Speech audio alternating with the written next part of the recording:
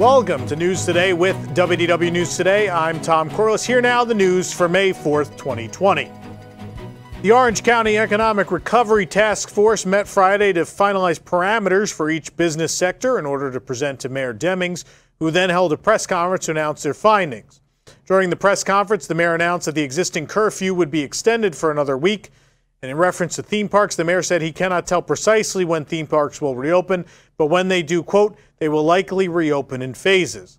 Many of the theme parks' businesses' subunits could open starting May 4th during the initial phase 1 reopening, such as hotels, resort-type areas, and restaurants, but obviously they're choosing not to do that. But the major parks themselves will probably lag, but they have the final say on their own guidelines. Mayor Demings went on to state that given the sheer size of the furloughs at the theme parks with tens of thousands of employees furloughed, it would take a considerable amount of time for theme parks to get their employees back. If you're an annual pass holder in a local or planning on staying off-site at your next Walt Disney World trip, and your annual pass is expiring at some point during this closure period, you may be in for a rude awakening if you try to book fast passes. As an annual pass holder who has paid in full, your current pass will be extended for the number of days that the parks are closed. The new expiration date will be reflected on the My Disney Experience app prior to the reopening of the parks, according to Disney's latest communication. However, you are unable to make fast passes within the 30-day window allotted for annual pass holders if your pass has expired.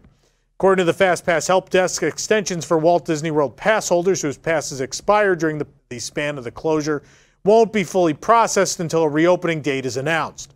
Annual pass holders with on-site reservations, however, can be granted a temporary extension on their account and therefore allowed to make those reservations throughout the 60-day window.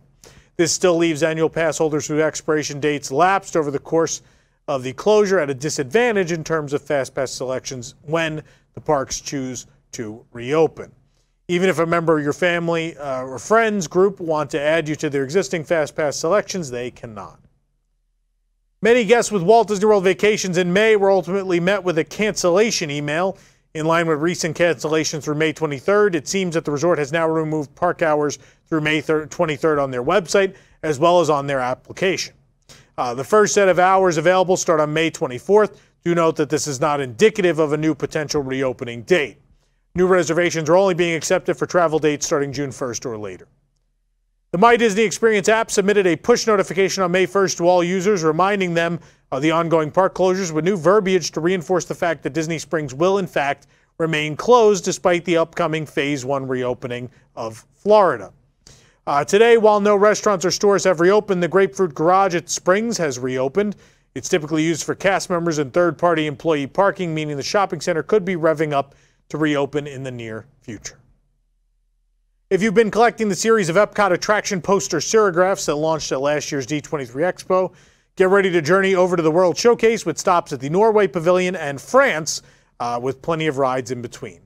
First, we have a major throwback taking us back over the falls with the Maelstrom attraction poster. Then we have its ever-popular successor, Frozen Ever After, which is a noticeably lamer poster. Over in the France Pavilion, you can celebrate the grand opening of Remy's Ratatouille Adventure this summer, and as well the France Pavilion poster, which has the now canned Serveurs d'Amusement act, the stacking chair guy on it. Yeah. These posters are a limited edition of 100 each and cost $90 each. I, unfortunately, am roped into buying all of these because I have the first two and have gotten every one since. But I do like many of them. Some I don't, but I'm ever the completionist. A chef from Tiffin's at Animal Kingdom has teamed up with other chefs across Walt Disney World to release a digital cookbook that is not only affordable and easy to use and download, but goes towards a good cause. Food and Friends, 12 original recipes from Walt Disney World chefs and their friends, is a new e-cookbook released by the Chef Sisters, a team of twin sisters named Carista Bennett and Kristen Bryan. Featuring 5 chefs and 12 original recipes, this cookbook, which retails for $5.99, features personal family favorites, so put a smile on your faces at the table. A portion of the proceeds from the sale of the cookbook go to benefit the James Beard Foundation Relief Fund for small local restaurants. Florida man strikes again, and this time it's at the most magical place on earth. Richard McGuire, age 42, was spotted on the Disney-owned former Discovery Island property, which is currently closed to the public and has been since, I don't know, the beginning of the century. According to Click Orlando, McGuire is faced with trespassing charges after security found him camping on Discovery Island. Yeah, crack security didn't catch him before, found him on the island. Despite being abandoned, it's become a coveted location for urban explorers in recent years. It can be seen by any watercraft on Bay Lake.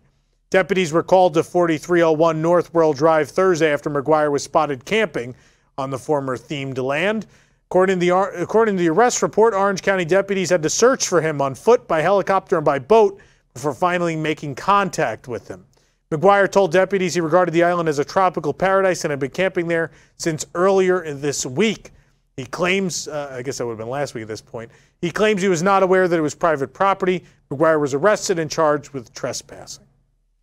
Everyone's favorite Walt Disney World official Josh D'Amaro released a stunning new photo on his Instagram account this morning in celebration of May the 4th, also known as Star Wars Day.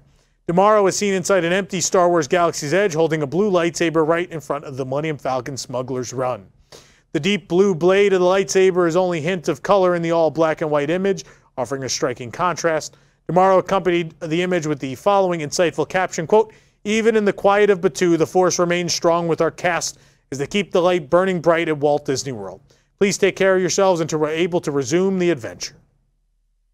Prime Minister Shinzo Abe has extended the national state of emergency in Japan for the COVID-19 pandemic through May 31st.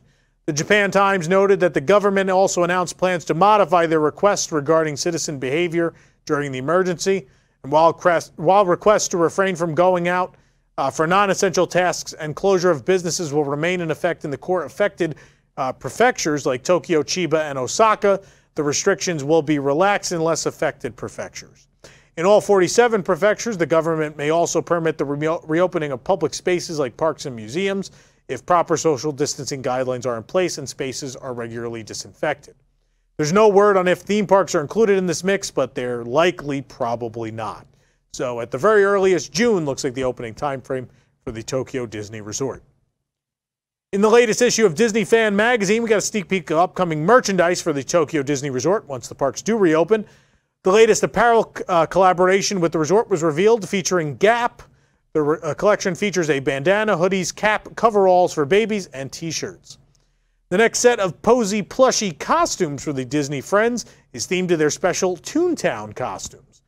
As well, a whole slew of merchandise with Tokyo Disneyland 2020 is set to hit shelves once the parks open, according to Disney Fan. They feature motifs from all 4 new attractions coming to New Fantasyland: Mickey's Magical Music World at the Fantasyland Forest Theater, Minnie's Style Studio in Toontown, The Happy Ride with Baymax in Tomorrowland, and The Enchanted Tale of Beauty and the Beast in Fantasyland. The collection includes keychains, pins, can badges, postcards, pen cases, stickers, tote bags, backpacks, watches, silicone wristbands, T-shirts, hoodies, water bottles, tumblers, cushions, bandages, face towels, cooling towels, pens, and erasers. A special new mini merchandise line, also themed around Disney Friends, called Disney Besties, is coming.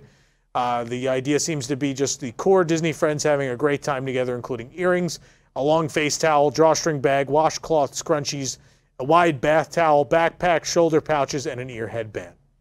We also got a special peek at the new Fantasyland grand opening line, which features the Tokyo Disneyland entrance sign along with Mickey Mouse overlooking the whole expansion. Motifs include, of course, The Enchanted Tale of Beauty and the Beast, the Fantasyland Forest Theater, The Happy Ride with Baymax, and Minnie's Style Studio, all throughout the line. According to The Hollywood Reporter, Walt Disney Studios has tapped Dave Callahan of The Expendables and Shang-Chi to write the script for a live-action version of Hercules. Joe and Anthony Russo, who produced the Avengers Endgame and Infinity War movies, will be producing via their AGBO banner.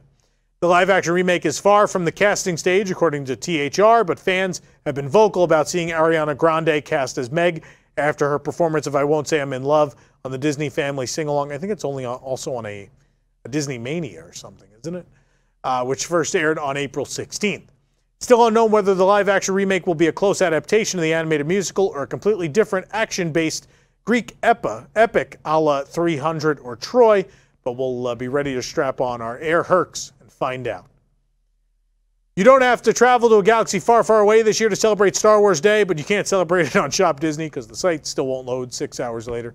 But your very own Star Wars story can now come to life at home with the all-new Droid Depot mobile app. This out-of-this-world app, available for free download in the App Store and Google Play, brings your BB series or R series astromech droid unit from Droid Depot at Galaxy's Edge to life for a galactic experience at home. While these droids can interact with elements in Galaxy's Edge, now your droids can interact with you at home. For those of you who haven't built one of the droid units yet, you can also channel your inner droid builder in an all-new virtual experience where you can build a digital droid and create a whole new virtual collection of droids. You'll also be able to choose some of your favorite galactic jams from DJ Rex, right there, and choreograph your droid to dance its way through your home. You can check it out on our website. Just announced in celebration of this year's Star Wars Day, Academy Award-winning winner Taika Waititi, who recently won Best Adapted Screenplay for Jojo Rabbit, which was my favorite movie of last year, and of course directed the widely acclaimed first season finale episode of The Mandalorian, and of course also did Thor Ragnarok, easily the best Thor movie, will direct and co-write a new Star Wars feature film for theatrical release. Joining Waititi on the screenplay will be Academy Award nominee Christy Wilson Cairns of 1917 and Last Night in Soho, who received a BAFTA Award for Outstanding British Film of the Year for the three-time Oscar-winning film 1917. A release date for the film has not yet been announced. For more information on these stories and more, head on over to WDWNT.com. If you're enjoying the show, be sure to like this video, subscribe to WDW News Today on YouTube for more great content, and click the bell for notifications. Also, make sure to hit select all notifications so you never miss an episode of News Today with WDW News Today.